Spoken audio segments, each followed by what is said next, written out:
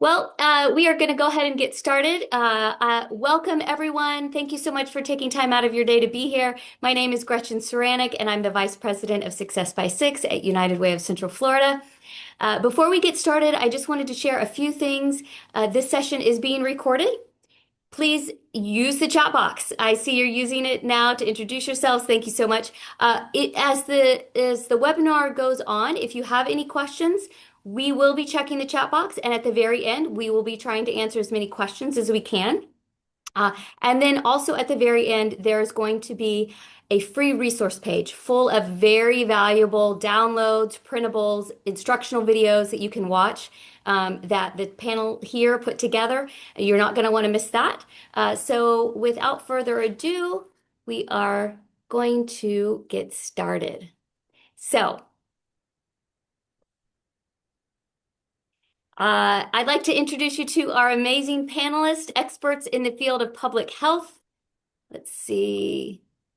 Are you not seeing the second screen? No. There we go. Okay, I apologize. These are amazing panelists, experts in the field of public health, adaptive aquatics, and hands-on instruction. We've got Taylor Freeman with the Florida Department of Health. She's passionate about health and safety of children and serves on many local and state committees. We're very thankful you're here. We have Cindy Friedman, as well as her partner. They are co-owners of Swim Angelfish. Swim Angelfish equips aquatic professionals with expertise they need to help swimmers with special needs. So thankful for you guys. And then lastly, we have Sarah Swartz. She's been a swim instructor since 2011 and holds a variety of swim safety certifications and owns Swim Dynamic Lakeland here in Lakeland, Florida. The reason that we're doing this, unfortunately, Florida leads the nation in childhood drownings. And that is a tragedy, of course. We know other states also have this concern. But for families with children with autism, developmental delays, or other disabilities, water can be wonderful and very, very scary. So our families here with ASD or disabilities, the risk is higher due to their wandering, sensory seeking, and communication challenges. So today isn't about fear. Today is about awareness, prevention, and empowerment. Our goal is very simple. We want to help you understand why water safety risks exist.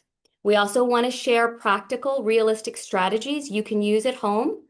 And then we want to make sure that you leave with tangible resources and next steps. So I'm going to turn it over to our presenter here. Go ahead. Well, I am real. No, you can hear me. I am really fortunate to have my business partner and friend of 30 years, Aileen Tisser, alongside me as a great surprise today.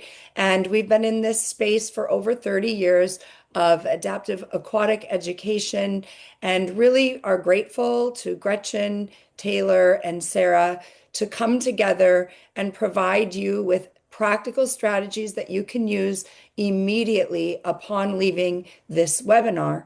So what we wanted to talk about a little bit quickly is what are the risk factors for children with autism spectrum disorder and anybody really that's highly attracted to the water. So Aileen and I are just going to alternate these points, and then I believe we're going to watch a great movie. So the wandering and elopement tendencies are real, and that's because of their impulsivity. And a lot of these kids are an elopement risk. They have the tracking devices on them, and when they see water, they are drawn to just jump right in. And the attraction to the water as swim professionals and in safety, the jumping into the water, imagine how it breaks the surface tension. And it just feels so good to swimmers that seek the water because your skin is the largest organ and it really outweighs any safety and the attraction, whether it's visually or whether how it's going to feel with the water. It really is a high attracted place, whether it's a pond, a lake, a river, a fountain, and we're here to help you understand a few things we can do so that we become safer. There's communication barriers with individuals with special needs. And then, the statistics are so alarming because we know that childhood drowning, it's the highest risk for just young children. But for children with autism, this is the main cause of death throughout the lifespan due to these risk factors that we're telling you. So they're 160 times more likely to drown. And what today is about is being proactive, not reactive, on how to keep this population safer. Next slide.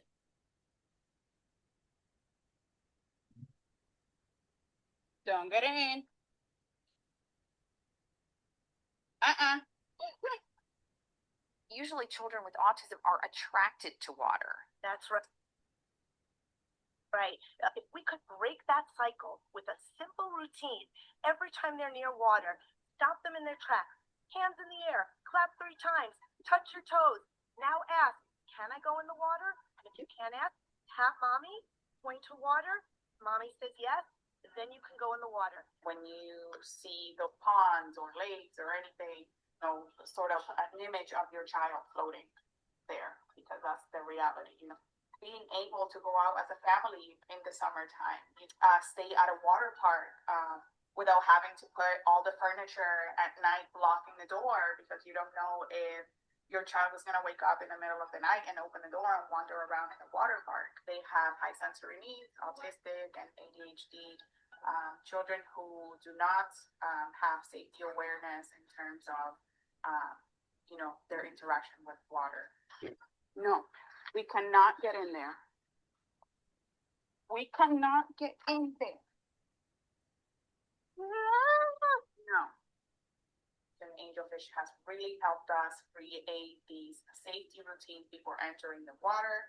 This has been absolutely life-changing for us, drowning being the leading cause of deaths for children under 5, especially for autistic kids, where they are 150 times more likely to die of drowning. But as soon as he sees them through the car windows, he will unbuckle himself and try to open the doors. It's been such a safety hazard, getting him to understand, how we approach the water, when we approach the water. Working together to empower the families and improve safety is imperative.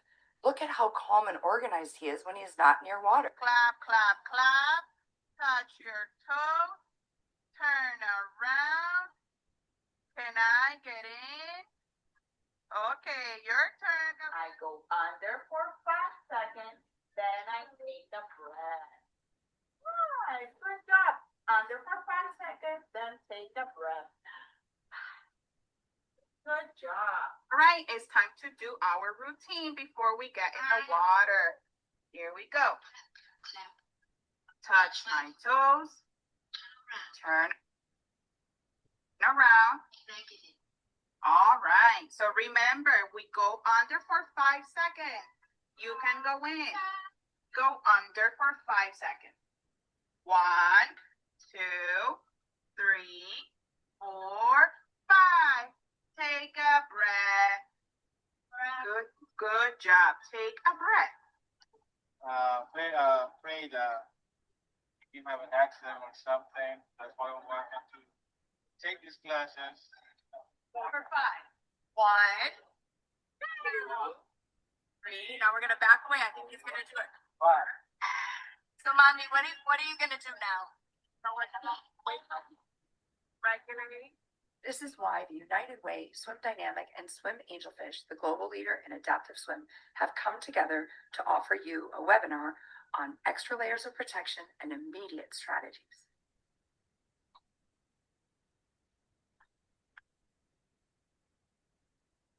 So I think the big thing to just take away from that is the multi-sensory way we were trying to help this little boy learn a safe ritual and routine. Movement breaks an impulsive automatic reaction, and that's why we have him do a physical routine before any body of water. And then the coloring pages are another resource we put together so the kids can practice at home through coloring, through stories, through visualization, so they know what to expect. And we just reinforce it in all aspects of their life.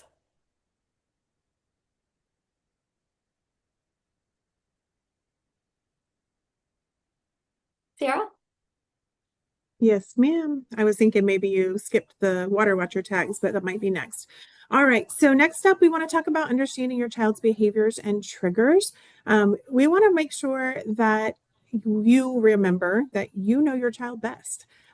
So it is really, as a parent, it is up to you to make sure that you are aware of sensory sensitivities that your child may have, because we know that you deal with those on a day-to-day basis. But when we're thinking about water spaces, water environments, these might be enhanced. They might be a little bit more overstimulated. So a couple of things we wanted to think about were some of the common stressors that could lead you to a situation where we have a meltdown or a shutdown or just increased anxiety. When we talk about sensory sensitivities, we want to talk about overload. So thinking about loud noises. When you're in a water environment, we've got splashing. If you're outdoors, we might have overflowing water. We might have other children around or people or other things going on. All of that can be a little bit overwhelming to some children. You've got to consider sights, bright lights, the reflection of the sun on the water, or if you're indoors, lighting on the water. That is a new sight sensitivity that may be affecting your child. Again, splashing water. They're not used to things popping up in front of their face a lot. So if they're in the water and it's splashing, that could also be a sight overstimulation. And then smells, thinking about sunscreen, think about chlorine if you're in an indoor pool. So all of these things are just triggers that you might want to consider if you haven't before when you're in a water environment. Then we also have other things that can cause common stress, changing routine. If you're on vacation, your routine is going to be out of whack completely. If you're starting new swim lessons, it may balance their routine a little bit differently. Those can all be stressors for them. And then obviously we have things like communication difficulties that can always lead to meltdowns and stress in anyone's life. So you put that on a child and that becomes an even bigger sensitivity for them. And then unmet basic needs. So when we're thinking about vacations, we're thinking about swim lessons, we're thinking about any water environment. Is your child hungry? Are they tired? Is that going to add to stressors that would lead to potential increased anxiety or a meltdown? In order to sorry, lost my place. In order to manage this, we, of course, we need to identify those personal triggers and be aware of them ahead of time. But then we need to be intentional with what we're doing. So if you're going on vacation, if you're starting swim lessons, if you're going to a friend's house, know your environment before you get there.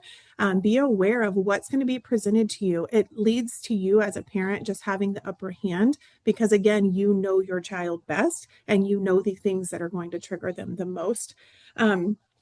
We want to have you just stop and think, are there going to be pools there? Is there a retention pond? A lot of times in Florida, especially, we don't think about that. But I know in our neighborhood, if our retention pond fills up, it's going to stay that way for several days. So is there something like that that could be a potential danger for your child or a potential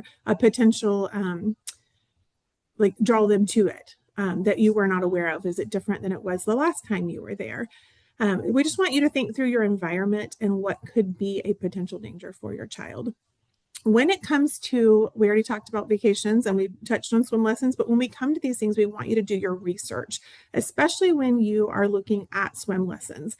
We know that having swim lessons is one of the layers of protection for for water safety. So we want to make sure that no matter who you choose, you are finding trained instructors that are knowledgeable, certified, and especially willing to make accommodations to teach safety explicitly for your child, making a plan that works for your child, accommodating to counter those overwhelming sensory inputs that we just discussed.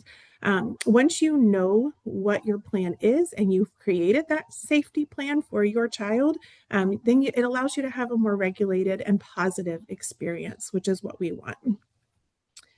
Next slide. All right. So the best way to have that positive experience that Sarah is mentioning and taking a little bit of that danger out of our habits around the water is to implement what we call a multiple barriers approach. So this means that there would be several layers of protection that essentially build on top of each other, so that if one of those layers of protection is breached or doesn't work for whatever reason, there's another one right behind there to keep kids from accessing the water without a parent's or caregiver's knowledge. The first layer of protection, of course, starts with you, the parent or caregiver, and that is supervision. But when we're talking supervision, we're not just meaning passive, I'm going to look up at the water every now and then supervision. We are asking you to actively supervise your children whenever they are in or around the water. And I'm going to repeat that one more time real slow. Active supervision whenever they are in or around the water, because the fact of the matter is the majority of drowning incidents actually happen outside of swim times when we're not expecting kids to access the water and jump in on their own. There are several components of active supervision. The first one is, of course, keep your eyes on the kids. This means scanning the pool at least every 30 seconds to make sure that all kids are accounted for and no one is struggling. This also means that we are staying within arm's reach of anyone, especially those that do not know how to swim. So typically when I'm talking about this, I'm saying, oh, well, your infants and toddlers, make sure you stay in arm's reach of them. But any individual that does not know how to swim on their own without the use of floaties or a life jacket or any other kind of assistive devices, you should never be more than an arm's length away. You want to be able to, if they start struggling unexpectedly, get to them really quick and make sure that they're able to get above the water and start breathing, and or help them get to safety. You also want to keep a life preserver near the pool just in case an accident does happen and you need some assistance. And we do always recommend keeping a phone near the pool. Now, again, I want to make sure that I'm making this point very clear. When I'm saying a phone near the pool, I mean a phone on the patio table or on top of your bag that you've taken to the pool with you to go swimming, not in your hand. You cannot possibly be actively supervising children if you're looking at your phone screen and doom scrolling through TikTok or Instagram or having a text conversation about what the dinner menu is going to look like that week. You want to make sure that that phone is there in case of an emergency, in case you need to call 911, but it should not be something that is taking your attention away from the kids. Another thing that we kind of run into problem-wise when we're talking about supervision is when we come to the factor of pool parties or family barbecues or big get-togethers where multiple adults are present. A lot of times when you have multiple adults present, everyone thinks that everybody else is watching the kids. And then what happens? That means no one is actually watching the kids. So a little thing that we came up with to kind of battle that is what is pictured on this slide right here, and that's called a water watcher tag. So a water watcher tag is a lanyard. It comes on a lanyard. It's a little bit bigger than what a work ID badge would look like, maybe double that size. And it basically states that the person that is wearing this tag is going to be, number one, a responsible adult, but that they are also pledging to actively supervise all the children in the pool. So scanning the pool every 30 seconds, never being out of arm's reach. And that they're also committing to not being distracted. So that means they're not going to be on their phone. They're not going to be reading a book. They're not going to be debating with their partner about, you know, who said what during last night's argument. They're going to be focused just on the children and actively supervising. It also gives you a point of reference for if you are having a human moment, say you need to go to the restroom or you need to go get a plate of food because you're hungry and haven't eaten all day.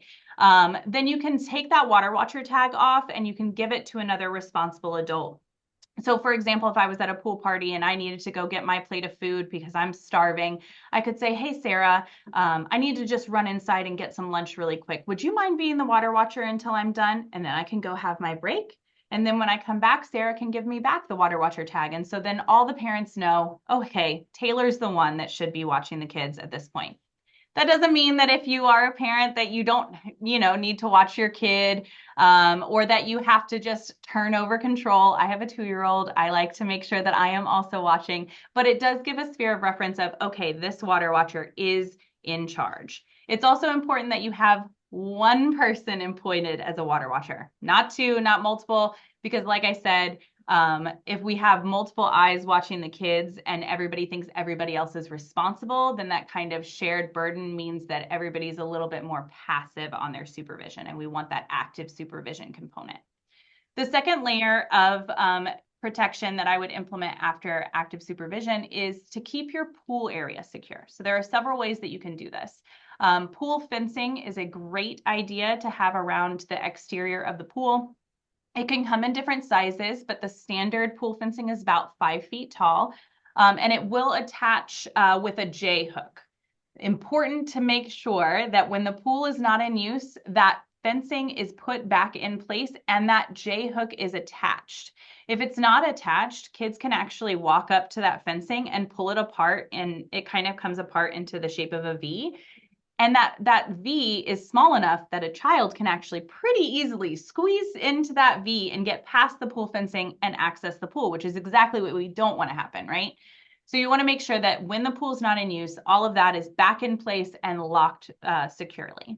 Another thing that you could implement in your pool area is putting in a self-latching gate. So a self-latching gate will just naturally swing closed when an adult enters the pool, and it locks itself behind them. So that if an adult enters and maybe a kid is, 15 feet behind them, that latching gate closes, locks, and the child cannot get into the pool area without that adult supervision. These latches need to be high enough that, that kids cannot reach them. So usually at the top of the gate, and a lot of gates come self-latching nowadays, but if it doesn't come self-latching, you can easily find the hardware to make it a self-latching gate at your local hardware store for around $10, $15, at least here in Florida. And then the last thing that I would recommend would be implementing door alarms on any exterior door, especially those leading to the pool or to a retention pond or to a lake, any body of water. And that simply attaches at the top of the door. And every time you open or close the door, it chimes. Some of them are pretty fancy and it'll talk to you, but it'll chime and at least let you know that somebody is entering or exiting the home. The most important thing here is that when you do hear the door chime or the door alarm, that you want to make sure you do a quick head count of the kids that are present, because we often see in my line of work that adults think that, oh, mom went to go let the dog out to go to the bathroom. And so they think that the adult is the one that opened the door. They don't check to make sure that the kids are all in the house.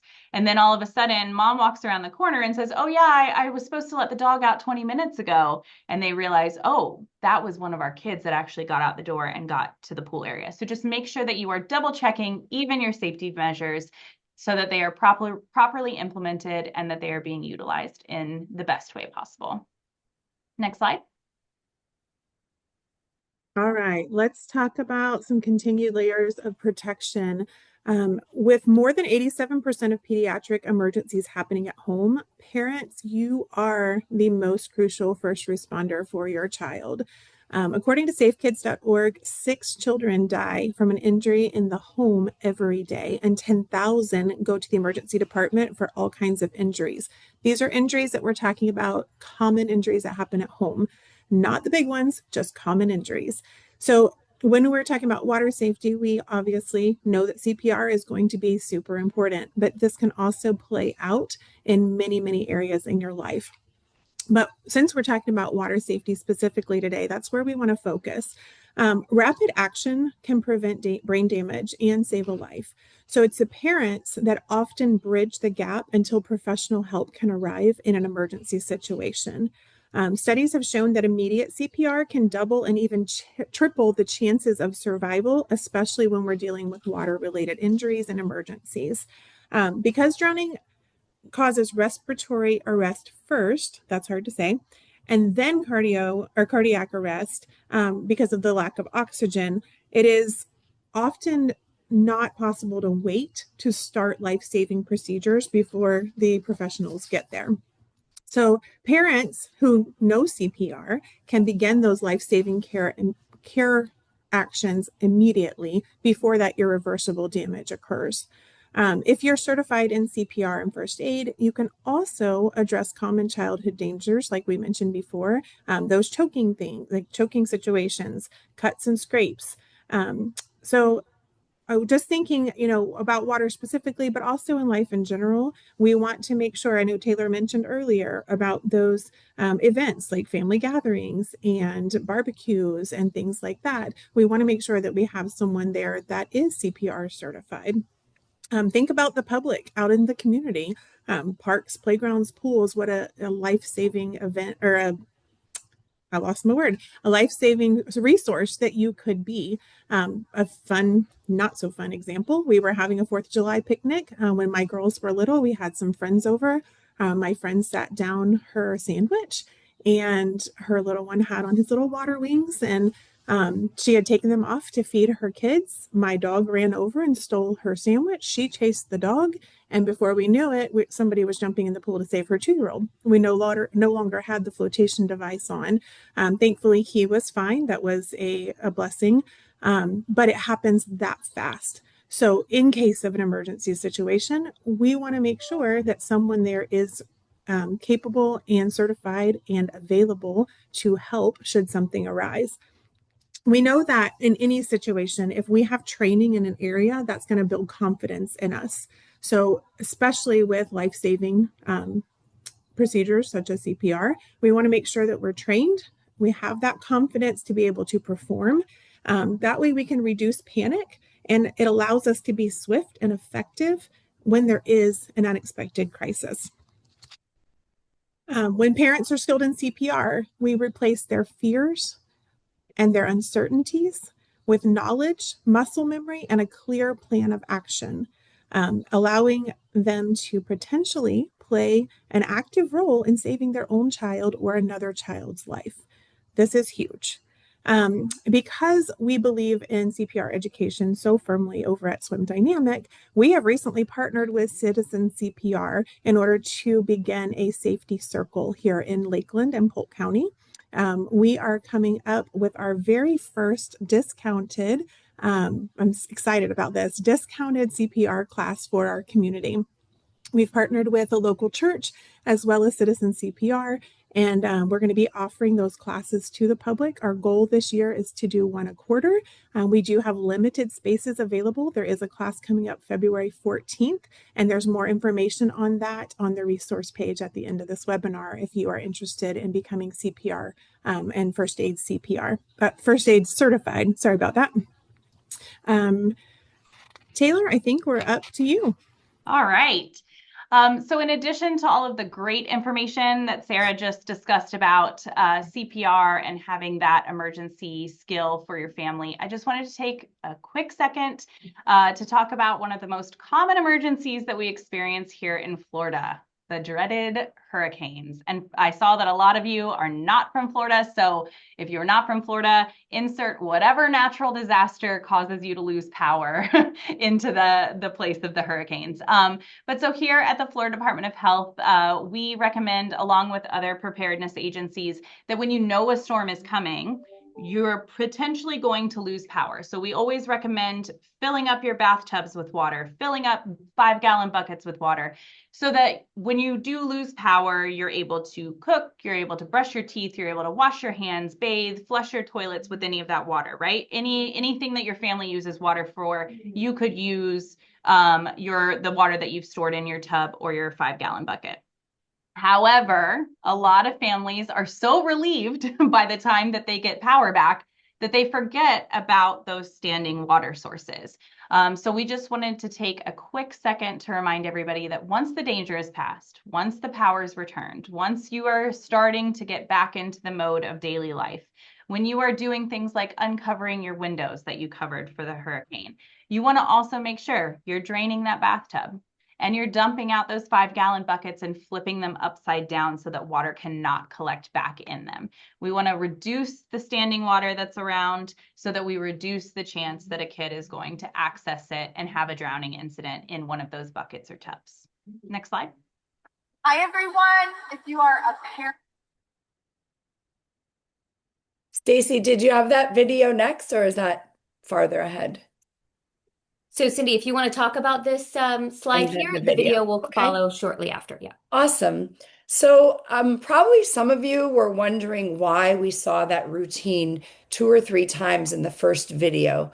And one of the things that Sarah and Taylor and Gretchen and all of us are thinking together is what can we do to stop that cycle of being drawn and seeking the sensory of the water. And we're together, Swim Angelfish has come up with the idea of a physical routine. So all of you that are on this, consider asking before they get in the bathtub. I see water, I ask. Asking when they get to a pool, a pond, a lake, an ocean.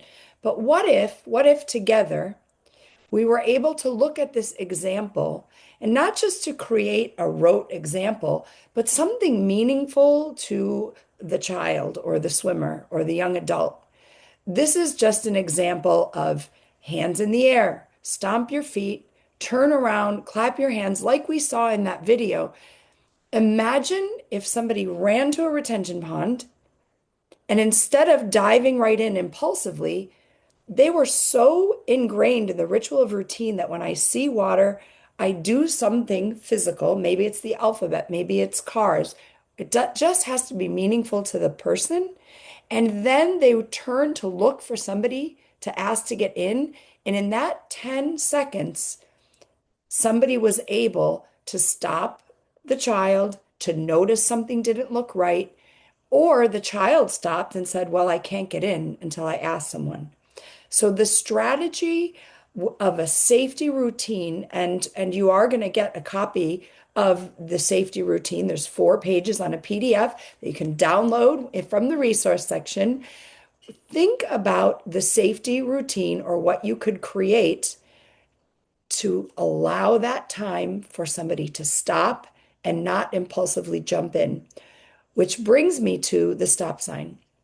One of my clients, he is all over our Instagram. He is a non-speaking little boy with autism who lives on a pond, and we actually have a physical stop sign out on the dock, and he takes the sign and he traces the stop, and he is now has the routine of taking the stop sign and handing it to an adult prior to getting in the pool.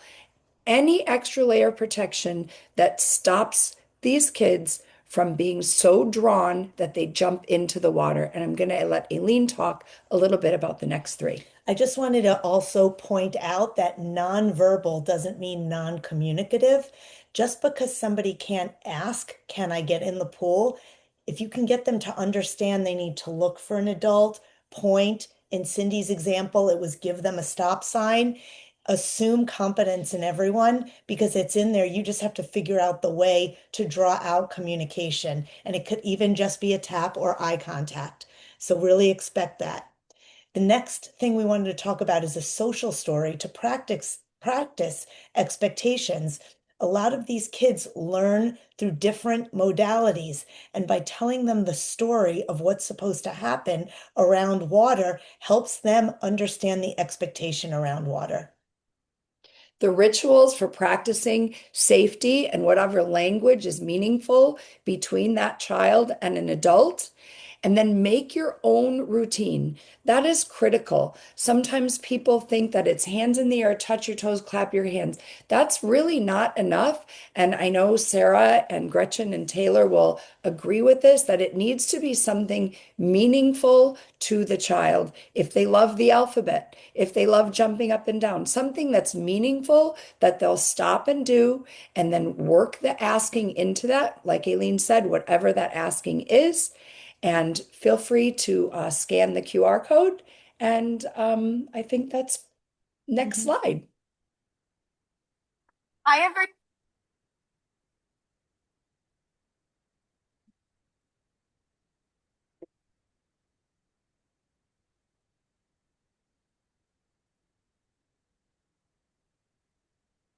You have swimmers that run through the lobby and can sometimes be a little chaotic. Consider making a social story of how to enter the building. We arrive at the swim center, we stay close, and we walk through the lobby.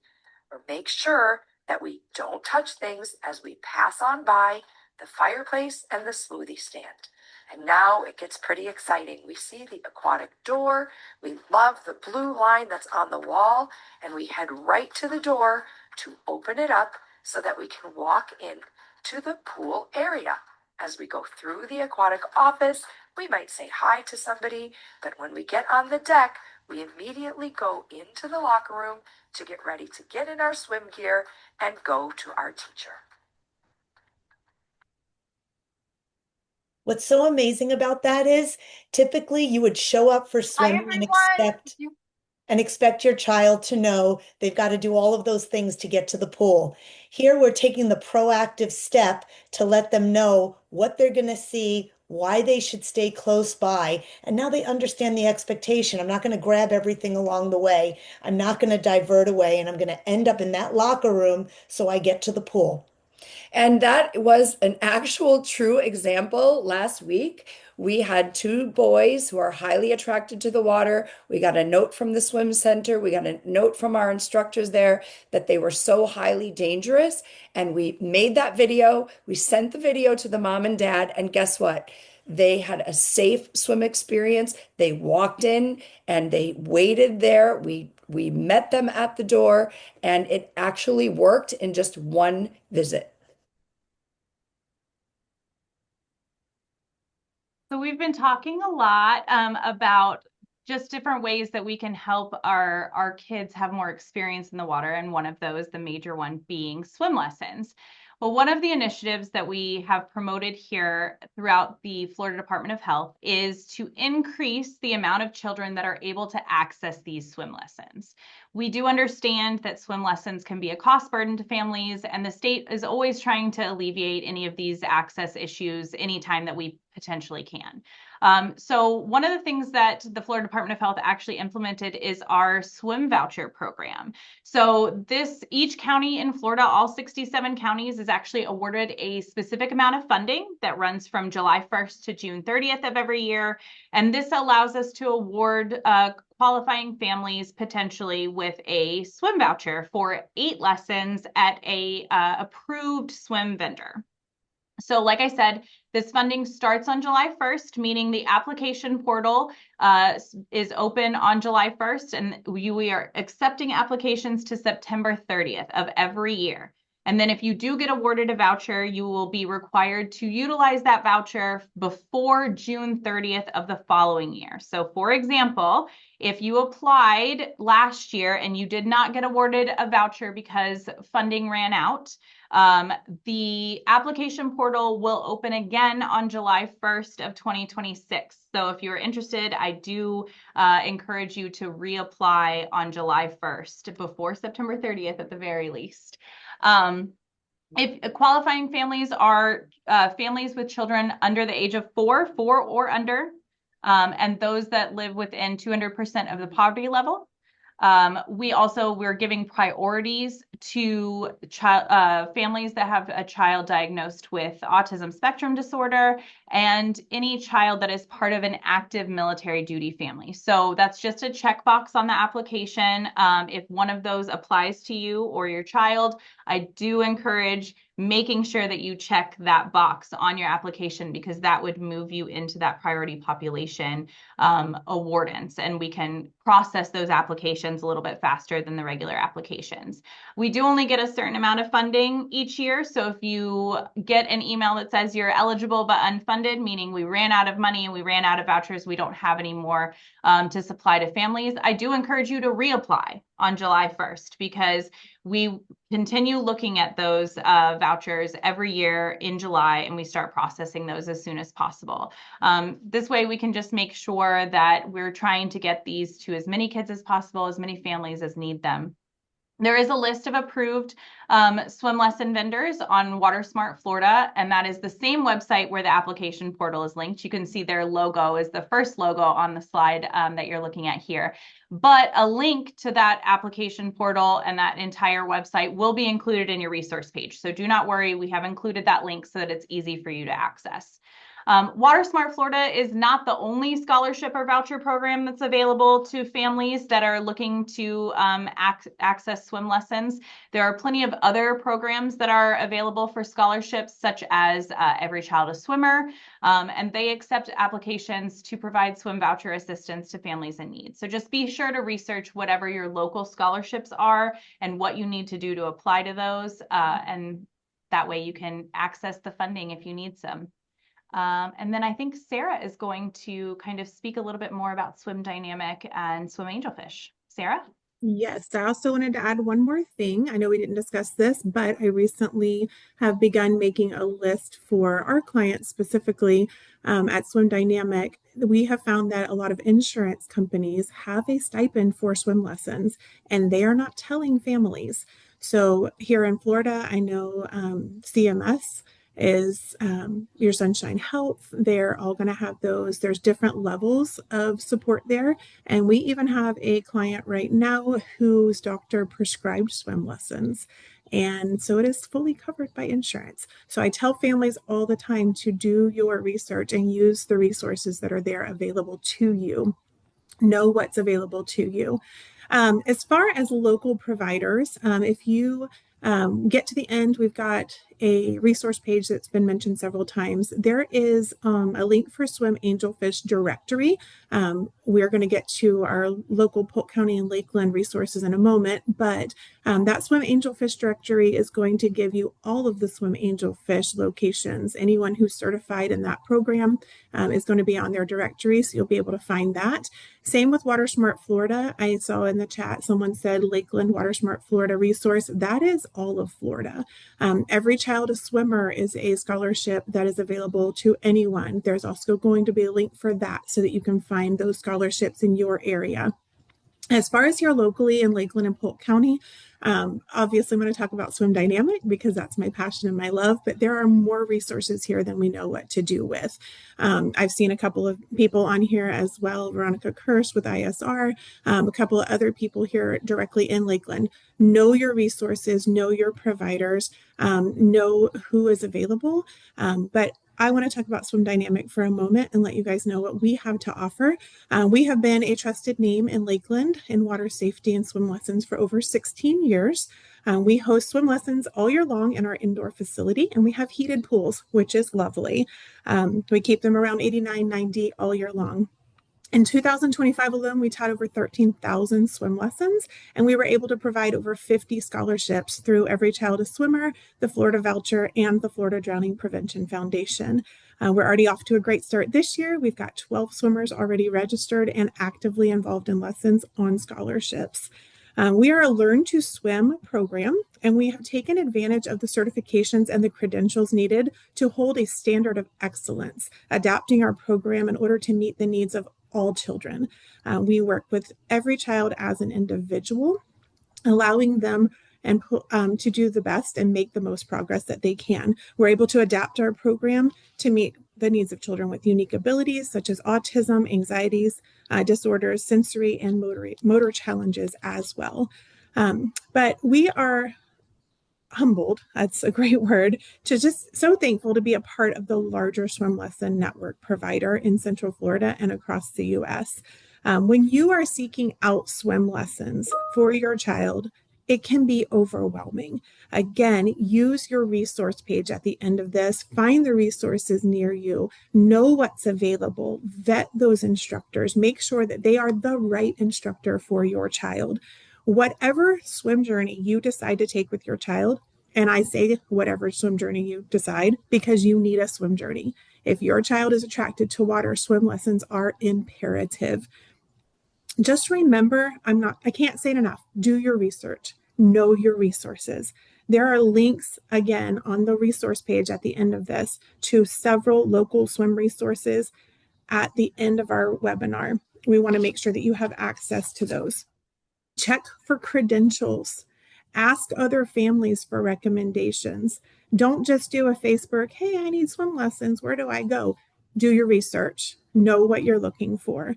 Find an instructor that is best for your child, and don't be afraid. If you commit to one, it's okay to back out. Again, you are your child's first and best advocate. No matter what you decide, you're going to do what's best for your child. All right, next slide. Okay. Thank you so much.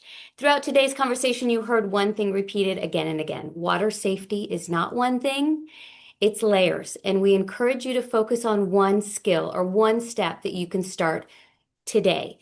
To our panelists, quick question. What is one thing that you think a parent or caregiver could begin today on their water safety journey? Am I allowed to say two things because there's two of us? Yes. Okay. So the first would be to go to that adaptive water safety resource that's on the homepage of the Swim Angelfish website and start going through these things with your child, even at home, around the bath and any body of water. And the second thing I wanted to say is that it does begin with the parents. You have a right, especially if you have a child with special needs, to ask a program if they've invested in specific specialized training to better understand your child. You shouldn't have to fit into a mold that exists. A mold can be created to address your child's specific needs. And we're here to give you the resources for that because it is our mission to get instructors trained that need the training so that every child can benefit from a really effective swim lesson. Thank you. Sarah. I would just say get registered for swim lessons. And again, I can't say it enough. Know your resources, know what's out there. Thank you. Taylor. I'm glad there are four panelists because, they covered the other part. So for my suggestion, I would say start that water watcher tag. I know I've been kind of looking at the chat while we've been presenting, and I see that a lot of you are asking questions about where you can get water watcher tags, and McKenna put the downloadable link in the chat. So that is something that you can do today. You can download that link, print one out. I know that some health departments here in Florida, Polk County specifically, because I have them, have the plastic ones that are like the thickness of a credit card. So, but before you can even access that, if you wanted to implement it today, you could print one off and go ahead and have that ready. And that way you have somebody appointed as your water watcher and you know who will be actively supervising the children when they're in the water. Okay. And we have stacks of those available at Swim Dynamic. Anyone is welcome to swing by in our open hours and pick some up. And in the resources at swimangelfish.com, those are free and those are for sharing. When you hit the resource button, there's 4 mini courses. If you're a parent watching this, there's a parent video. If you're a coach watching this, there's a coach video. If you're a lifeguard and you are lifeguarding at places where you do see swimmers highly attracted to the water and sometimes you're not sure how to react, there's a 17-minute video for the lifeguards of soft signs to approach differently. And if you're a parent and you swim at an aquatic center and you want to prepare the lifeguard for some of the different types of behaviors your child has, you can ask them to please invest 17 minutes in watching this free video that will help reduce risk and improve safety. Awesome. Thank you so much. I did want to share with you this QR code is where if you scan, you can access that resource page. We will also be, like I said, recording this earlier and sending it out so that if you couldn't watch the whole video or if you couldn't join at all, you'll be able to view that. And again, I want to acknowledge something important today. If you're a parent or caregiver, you already are doing the right thing because you're here, and prevention starts with information. Even small changes can make a life-saving difference. We did have some questions in the chat that I noticed that McKenna answered. If there's any last-minute questions that we didn't get to, please provide those in the chat. Please scan this QR code, and like the panelists said, use those resources. Many of them are a fee-based that they have waived and offered for you for free. Lastly, these are our links to learn more about United Way of Central Florida and our early education programming. You can access that link there, and then our Swim Angelfish and Swim Dynamic web pages are there as well. Thank you all. Thank you to our amazing panelists. It's been a wonderful time sharing this life-saving information, and everybody stay warm.